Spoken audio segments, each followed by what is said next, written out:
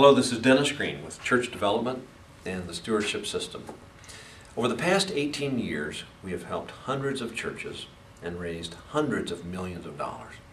Each of those churches has helped us with our research on what it takes to build a system of stewardship that will increase generosity.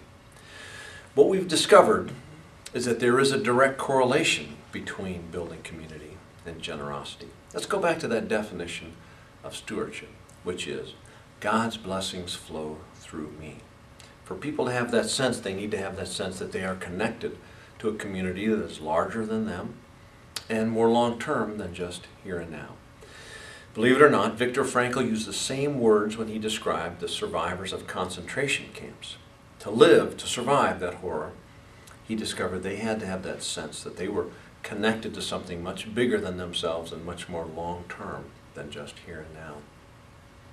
In 1 Corinthians 12:12 it says, "We are all members of the same body." That's the outcome we want from this activity of building that sense of community. There are three components to building community. Number one, we want social connections to be developed between believers. Number two, we want those members of your church to define themselves as, I am part of this church. That's part of who I am. The third component is we want each of those members to have a sense, a feeling of being connected, a part of that community, knowing that the community will be there for me as I am there for them. In the research on best practices in stewardship, Charles Zeck discovered that if a church has 4 potluck dinners per year, their giving will be 9% above average. If they have donuts after every worship service, giving is 6% higher than average.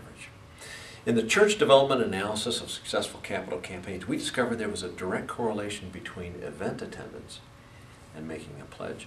There was a 98% correlation between participating in an event and making a 3-year pledge to the capital campaign. Now you know how important those social connections are.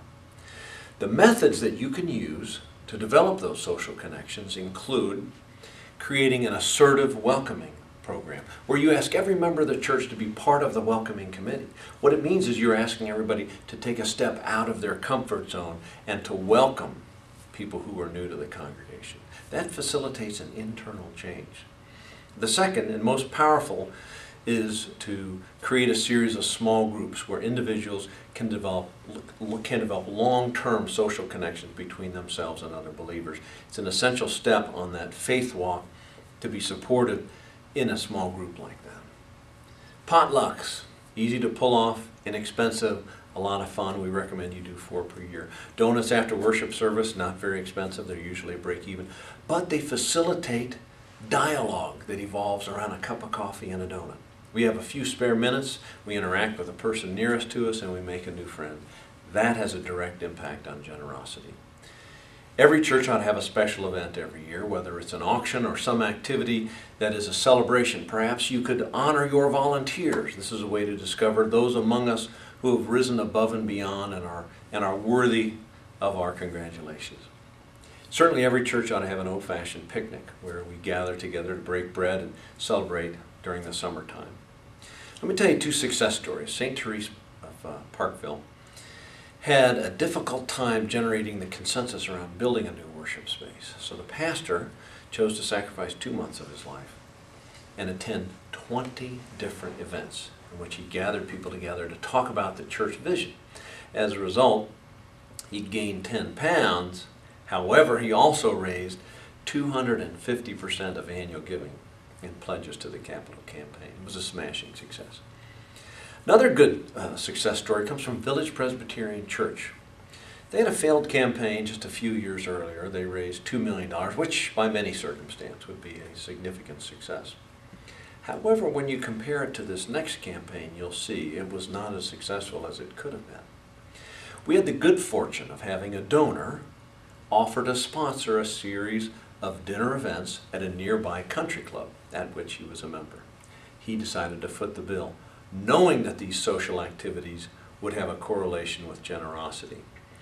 We had more than a dozen events. We had hundreds of people attend. It was delicious food and a fun time for fellowship. As a result, we raised over $12 million. That's a significant improvement over the $2 million that was raised just a few years ago. Now, we've covered the impact on generosity of building this sense of community. And you've discovered the kind of return on investment you can expect from your community building activities.